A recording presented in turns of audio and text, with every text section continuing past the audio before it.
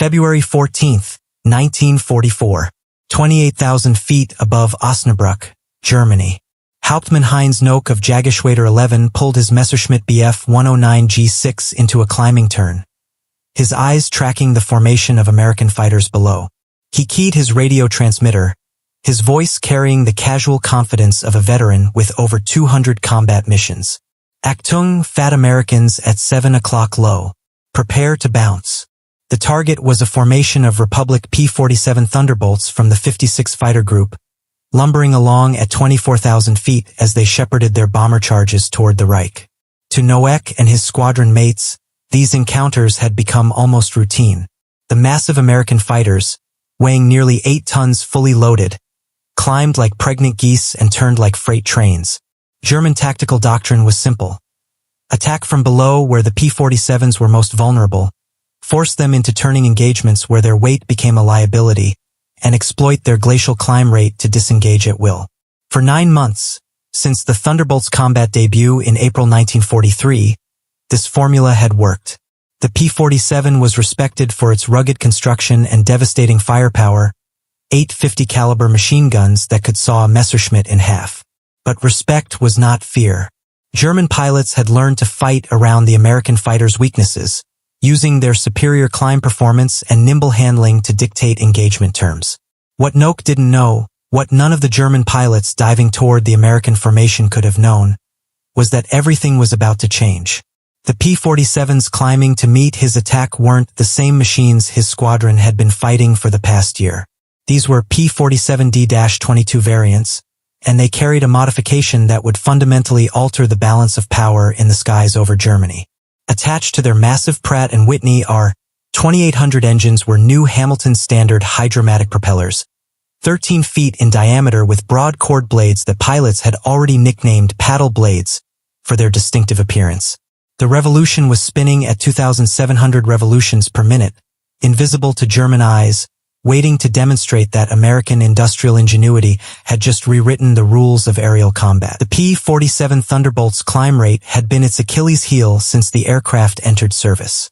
At sea level, early variants managed a pedestrian 2,200 feet per minute, adequate for a fighter but nothing exceptional. German pilots flying the Bf 109 G6, the most common variant by late 1943, could achieve 3,000 feet per minute in similar conditions. The Focke-Wulf 190A-8 was slightly better at 2,850 feet per minute. This seemingly modest advantage translated into life and death in the vertical dimension of combat. The problem stemmed from the fundamental physics of the P-47's design. Alexander Kartveli, Republic Aviation's brilliant chief designer, had created an aircraft optimized for high-altitude performance. The massive turbo-supercharger system that gave the Thunderbolt its tremendous power at 30,000 feet added weight and complexity. The broad, thick wing designed for transonic dive speeds created more drag during the climb. Every component, from the armor plating behind the pilot's seat to the 8 machine guns and their 3,400 rounds of ammunition, contributed to an empty weight that exceeded the gross weight of some contemporary fighters. Lieutenant Colonel Hubert Zemke, commanding the 56 Fighter Group, had learned to work around these limitations through tactical innovation. His pilots used the P-47's exceptional dive speed to build energy, converting altitude into velocity, then trading that velocity back for altitude in climbing zoom attacks. But this required starting high, and starting high meant climbing early, and climbing early meant burning fuel that limited escort radius. It was a tactical straitjacket that German pilots exploited mercilessly. Oberst Hannes Trottloft, an experienced Luftwaffe tactical instructor, had codified anti-P-47 doctrine by mid-1943. Attack from below their operational altitude, preferably from 6 o'clock low where their visibility is restricted. Force them to turn. Never climb straight up against them. They own the vertical at high altitude, but you own it down low.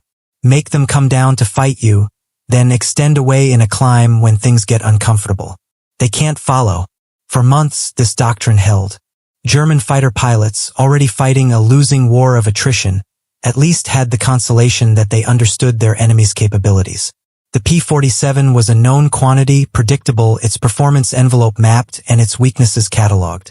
American pilots were brave and increasingly skilled, but they were flying a machine that German tactical knowledge could counter. Then came the paddle blades, and suddenly nothing the Luftwaffe thought they knew about the Thunderbolt mattered anymore. The solution to the P-47's climb problem had actually been identified months before the first combat encounters. Engineers at Hamilton Standard, the propeller division of United Aircraft Corporation, had been experimenting with broader-chord propeller blades since late 1942. A similar effort was underway at Curtiss Electric, which would produce its own version of the paddle blade design. The concept was elegant. Increase the blade width to bite more air with each revolution, improving thrust at lower airspeeds where climb performance mattered most. Standard propellers of the era used relatively narrow blades, optimized for high-speed cruise efficiency. They worked well once an aircraft reached its operating speed but were less efficient during the acceleration and climb phases. A broader blade could move more air per revolution, generating greater thrust at the cost of slightly reduced top speed efficiency. For a fighter that already had speed in abundance, this was a trade worth making. The challenge was manufacturing. Broader blades meant more centrifugal stress, requiring stronger materials and more sophisticated construction techniques. Hamilton Standard's engineers designed hollow steel blades with internal reinforcement, capable of withstanding the enormous forces generated by a 2,000 horsepower engine, spinning a 13-foot diameter propeller at 2,700 revolutions per minute. The blade tips, traveling at supersonic speeds, required special attention to prevent efficiency losses from shock wave formation. Testing began in June 1943 at Republic Aviation's facility in Farmingdale, Long Island. The results exceeded expectations. A P-47 fitted with the new paddle blade propeller achieved a sea-level climb rate of 3,000 feet per minute, a 37% improvement over the original 2,200 feet per minute. At 10,000 feet, where combat often began, the improvement was even more dramatic, approximately 2,800 feet per minute compared to the original 1,850, a 50% increase. Perhaps most significantly, the aircraft reached 25,000 feet in 8 minutes compared to the original 13, cutting the climb time to combat altitude nearly in half. Republic's test pilots reported other benefits. The increased thrust during takeoff reduced runway roll, particularly important for heavily loaded fighters operating from short European airfields. Acceleration in level flight improved noticeably. Even turning performance showed marginal gains, as the increased thrust helped maintain energy during maneuvering. There was a slight penalty in maximum level speed, perhaps 5 to 8 miles per hour, but this was insignificant compared to the tactical advantages gained. Production approval came in October 1943. Hamilton Standard, already producing standard propellers for hundreds of P-47s monthly, began manufacturing the new units at their Connecticut facility. The first production P-47D-22 aircraft, factory-equipped with paddle blade propellers, began rolling off the Farmingdale assembly line. The Evansville plant would produce the D-23 variant with Curtiss Electric paddle blade propellers. Retrofit kits for earlier aircraft were also shipped to England, where maintenance crews began installing them on operational fighters. Robert Johnson's P-47D-21, for example, received a Curtiss Electric paddle blade propeller retrofit on New Year's Day, 1944. By February 1944, enough P-47s had been equipped with the new propellers that entire squadrons flew them. The 56th Fighter Group, the 4th Fighter Group, and other veteran units suddenly found themselves flying transformed machines. The fat fighter that had been the butt of German jokes was about to get the last laugh. The battle that would introduce the Luftwaffe to the new reality began without ceremony or warning. Hauptmann Heinz Knoke's squadron of Bf-109s, diving from 29,000 feet toward the P-47 formation below, executed their attack with practiced precision. Standard tactics dictated a high-speed slashing pass, firing from 400 yards, then extending away in a climb before the Americans could react. The massive Thunderbolts, slow to accelerate and slower to climb, would be left behind, forced to watch helplessly as their attackers escaped upward. But Colonel Hubert Zemke, commanding the 56th Fighter Group that morning, had been waiting for exactly this moment. "Wolfpack, break left and climb," he transmitted, his voice calm despite the adrenaline coursing through his system. "Show them what these new fans can do." The The 16 P-47s in his formation responded as one, breaking into the attack and pulling their noses up. The big Pratt and Whitney engines roared, the paddle blade propellers clawing at the thin air with unprecedented efficiency. The rate of climb indicators in each cockpit showed numbers that would have been impossible just months earlier. 2,500 feet per minute at altitude, climbing strongly rather than mushing towards stall speed. Knoke's advantage evaporated in seconds. The Americans weren't falling behind as they climbed. They were staying with the Messerschmitts, their noses tracking upward at angles that shouldn't have been possible for such heavy aircraft. His wingman's voice crackled over the radio, confusion evident even through the static. "Herr Hauptmann, the Americans are climbing with us. How is this possible?" Knoke pushed his throttle to the stop, pulling harder on the stick, trying to establish vertical separation. His Bf 109 G6, already near its performance ceiling at this altitude, responded sluggishly. Behind him, the P-47s continued climbing, their massive engines maintaining power output that German inline engines couldn't match in the thin stratospheric air. The turbo-supercharger system that had always been the Thunderbolt's hidden advantage was now coupled with propellers that could actually use all that high-altitude power. The first burst of 50 caliber fire caught Knoke's wingman, Unteroffizier Klaus Meitinger, completely by surprise. Lieutenant Robert Johnson, the same pilot who had survived the legendary encounter with an unknown German pilot in June 1943, had positioned his P-47 perfectly.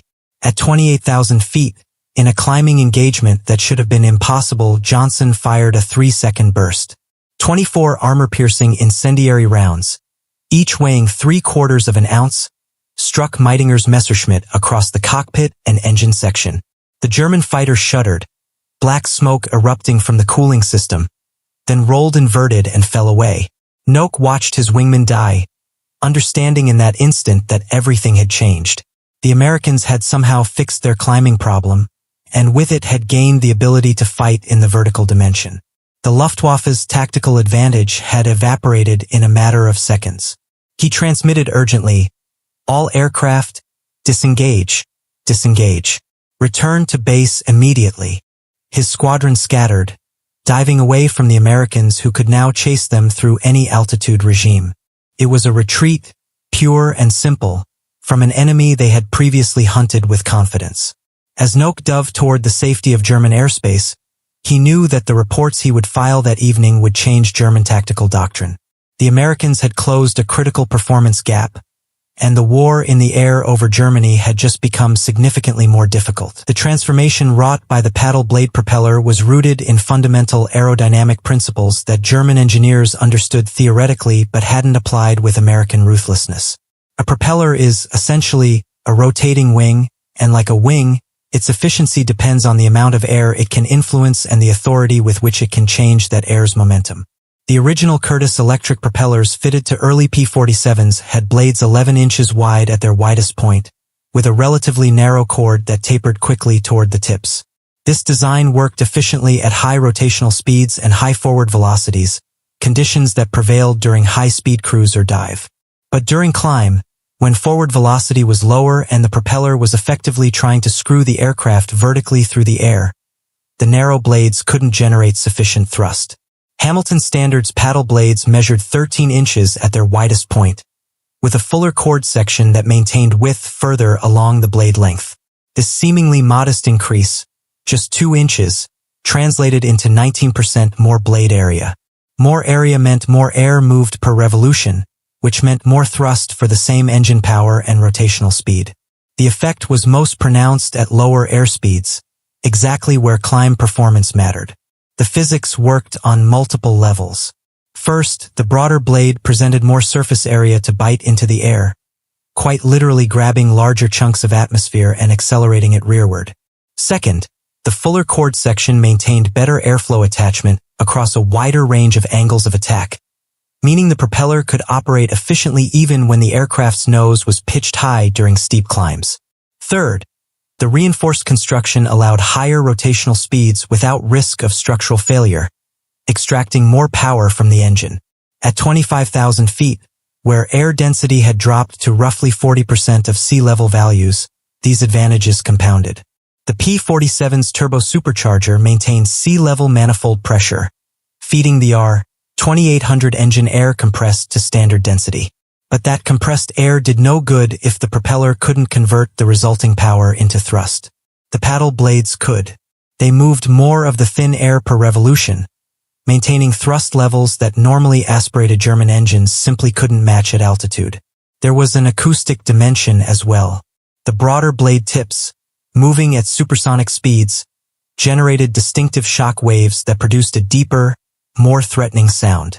The characteristic thunder of a P-47's paddle blade propeller became recognizable from miles away, a psychological weapon that German pilots and ground troops learned to fear.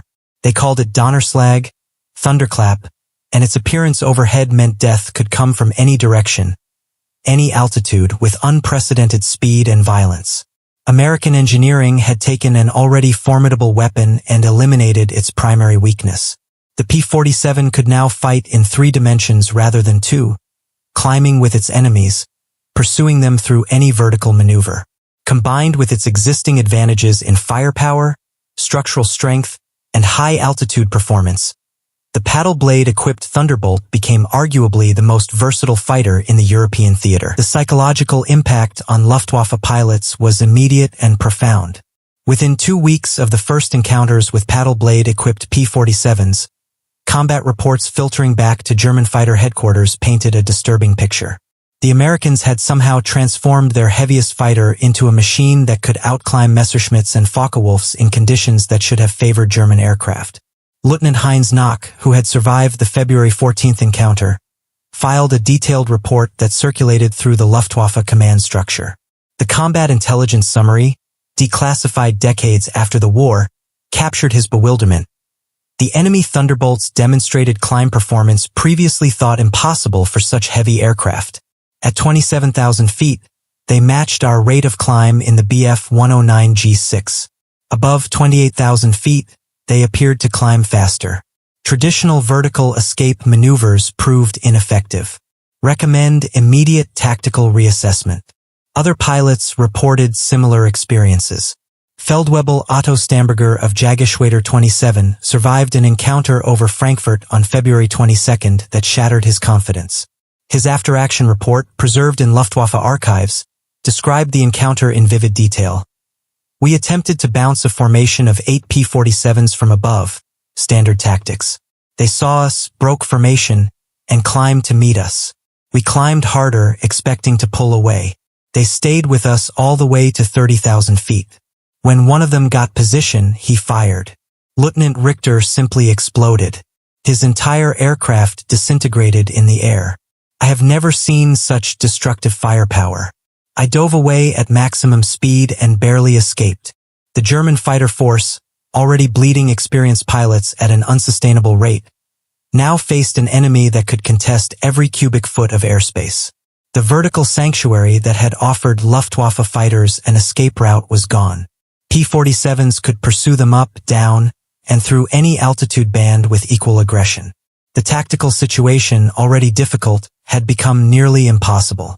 Oberst Johannes Steinhoff, a skilled tactician and holder of 176 victories, attempted to develop new counter-tactics. His directive to fighter units, issued in March 1944, reflected the desperate situation. The improved American Thunderbolt can no longer be avoided through vertical maneuvers. Engage only with altitude advantage exceeding 10,000 feet. Attack in pairs, never singly. Disengage immediately if Americans turn into your attack. Do not, under any circumstances, attempt to outclimb them above 25,000 feet. Their performance at high altitude now exceeds our own.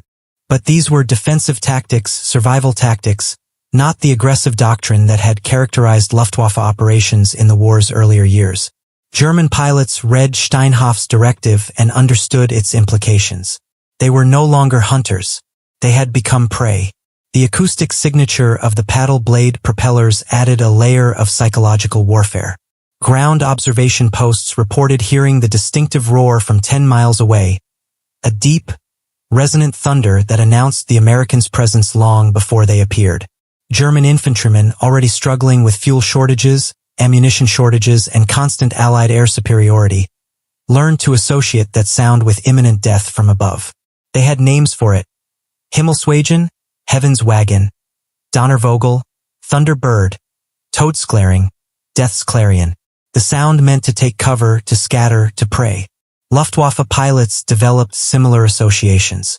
The thunder meant their tactical advantage was gone, that the fat American fighters they had once mocked could now chase them through any maneuver, any altitude.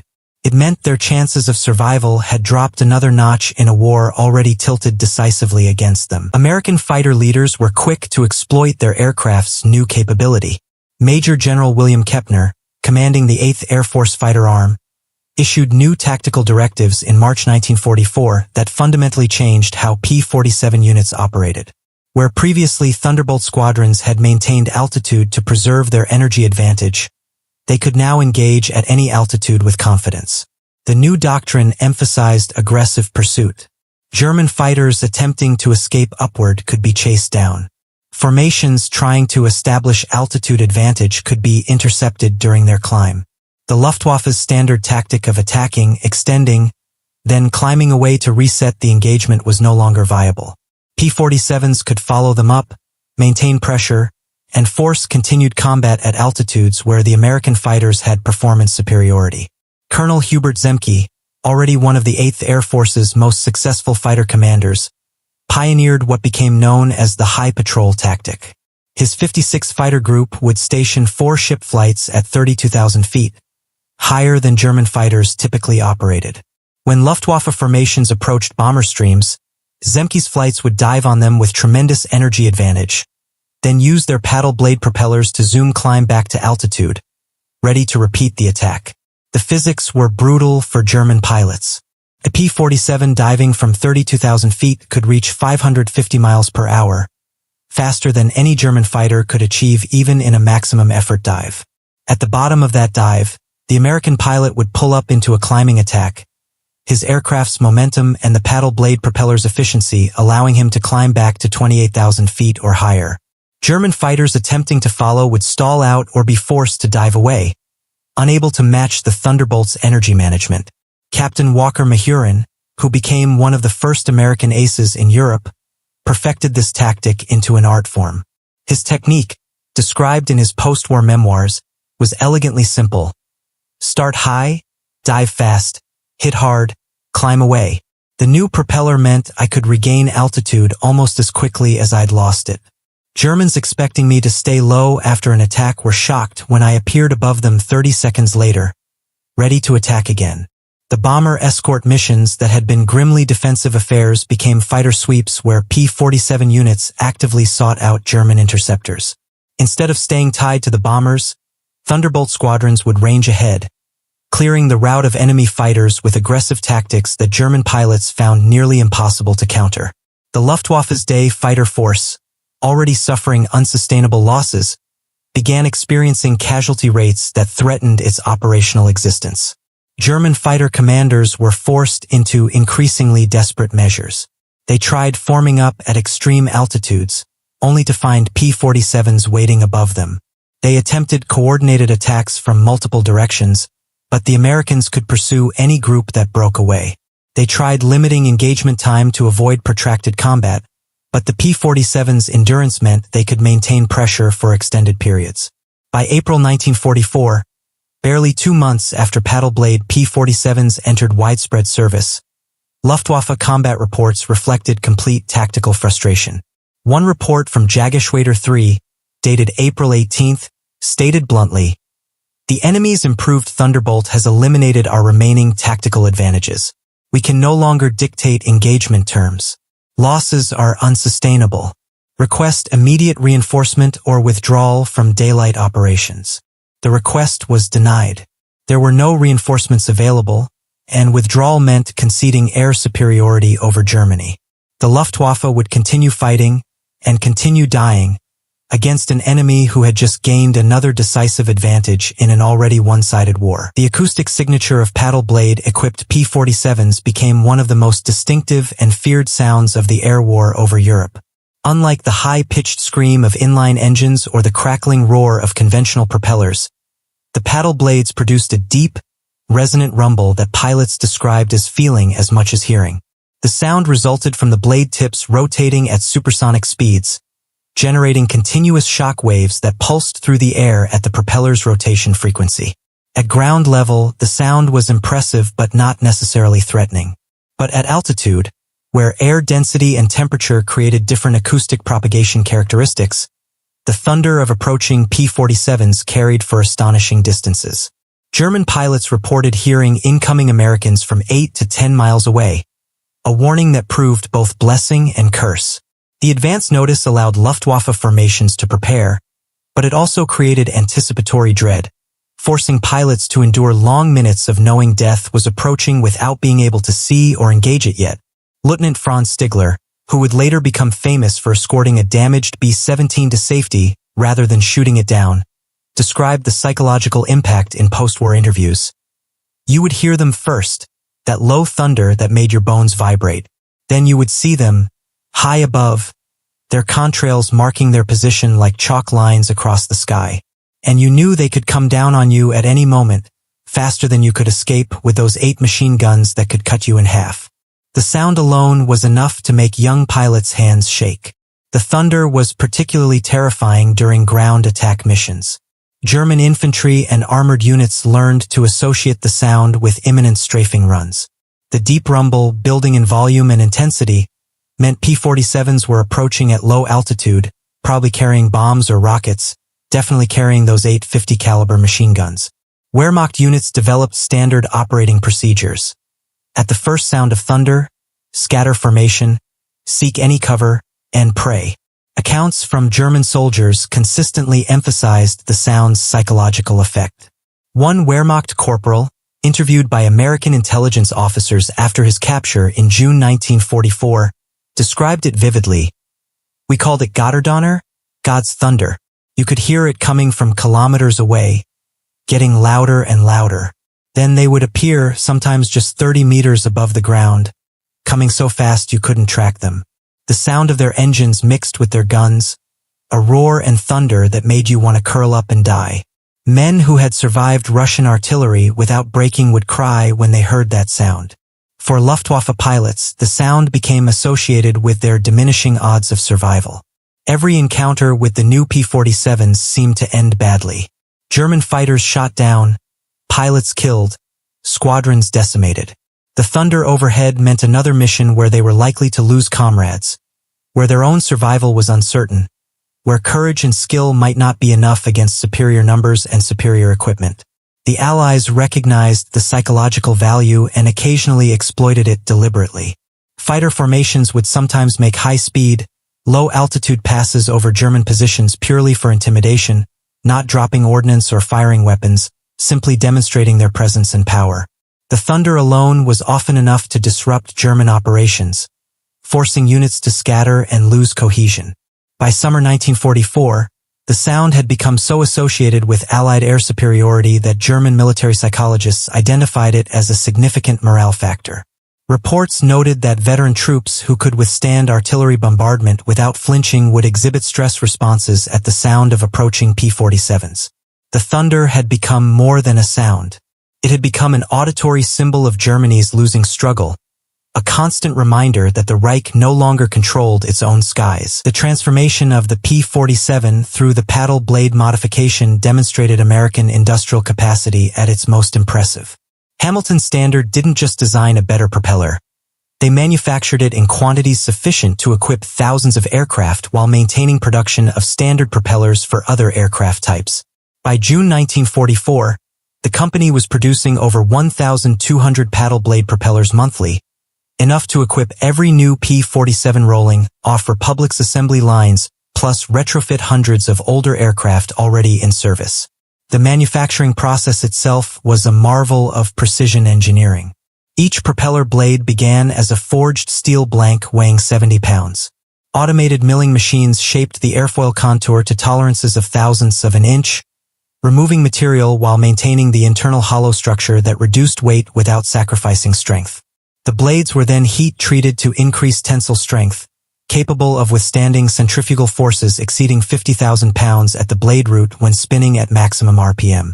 Final assembly involved installing the blades into the propeller hub, a complex mechanism that allowed blade pitch adjustment during flight.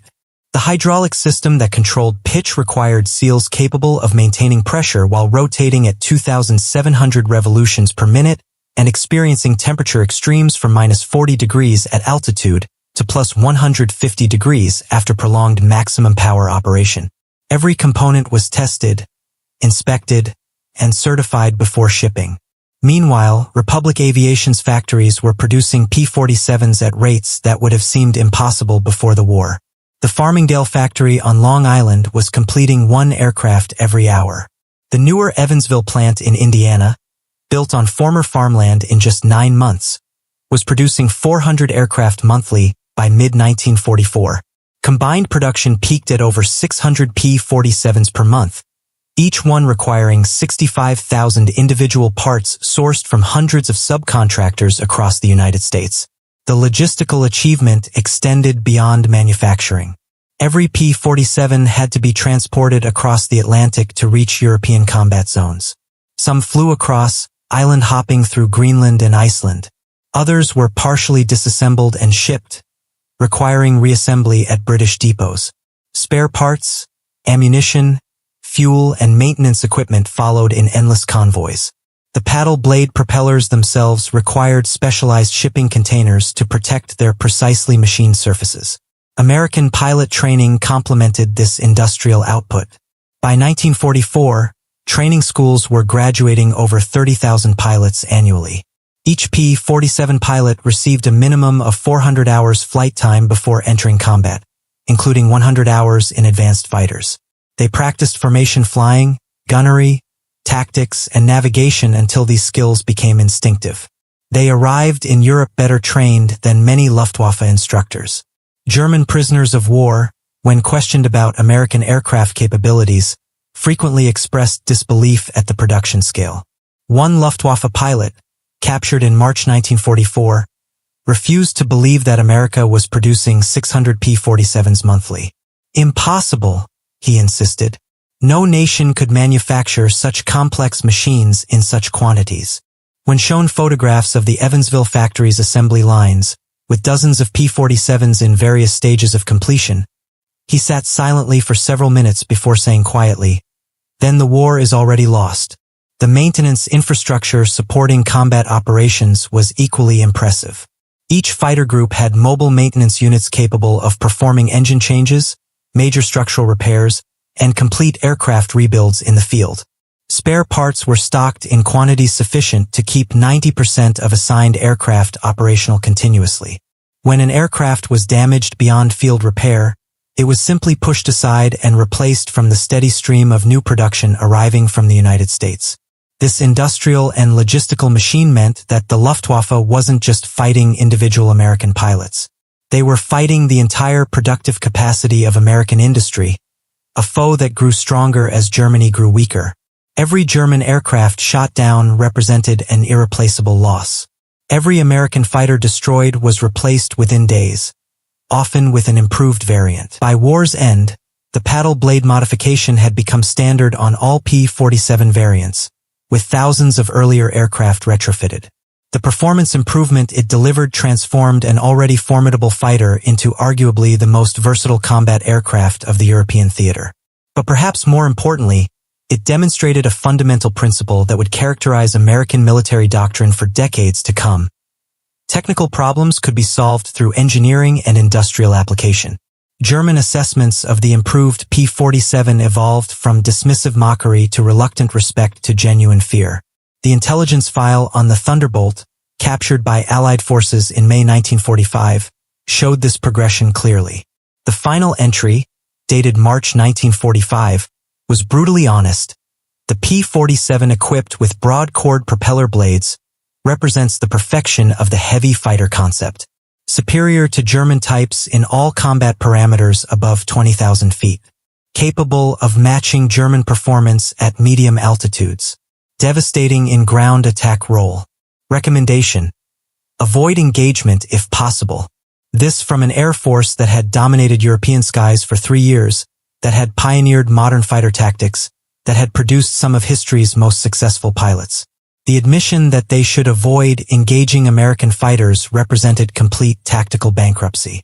Post-war interviews with surviving German pilots consistently emphasized the psychological impact of facing improved P-47s. Oberst Johannes Steinhoff, who survived the war despite being shot down multiple times, reflected on the experience in his memoirs. The American Thunderbolt with the broad propellers became the aircraft we feared most, not because it was necessarily better than the Focke-Wulf 190 in all respects, but because it eliminated the gaps in its capability. Could fight anywhere, any altitude, any situation. And there were so many of them, fresh pilots in fresh aircraft, while we flew obsolete machines with worn-out engines, pilots with barely enough training to find the airfield. Major General Adolf Galland, who commanded the Luftwaffe fighter force during this period, was characteristically blunt in his assessment. The Americans built a fighter that used mass and power to dominate the battlefield. When they fixed its climbing problem, they removed the last weakness we could exploit. After that, it was simply a matter of mathematics. They had more aircraft, more pilots, more fuel, more ammunition. We had courage and experience, but you cannot win a modern war with courage alone. The paddle blade P-47 participated in every major air operation from D-Day through VE Day. The aircraft's versatility, able to escort bombers at extreme altitude, then immediately transition to ground attack, made it indispensable. P-47 units claimed over 3,700 German aircraft destroyed in aerial combat and thousands more destroyed on the ground. The ground attack statistics were even more impressive. 9,000 locomotives, 86,000 trucks, 68,000 rail cars, 6,000 armored vehicles. American losses, while significant in absolute terms, were manageable. The P-47's rugged construction meant pilots who would have died in more fragile aircraft survived to fight again. The steady production stream replaced losses faster than they occurred. The superior training pipeline ensured replacement pilots arrived better prepared than the men they replaced. For the Luftwaffe, facing these improved Thunderbolts was like fighting a hydra. Every victory was temporary, every loss permanent. The mathematical equation of attrition, already tilted against Germany, became utterly lopsided. By early 1945, German fighter units were measuring their effectiveness not in enemy aircraft destroyed but in how many bombers they could distract, how much disruption they could cause before being annihilated. The paddle blade modification, a seemingly minor technical improvement, had contributed to this collapse.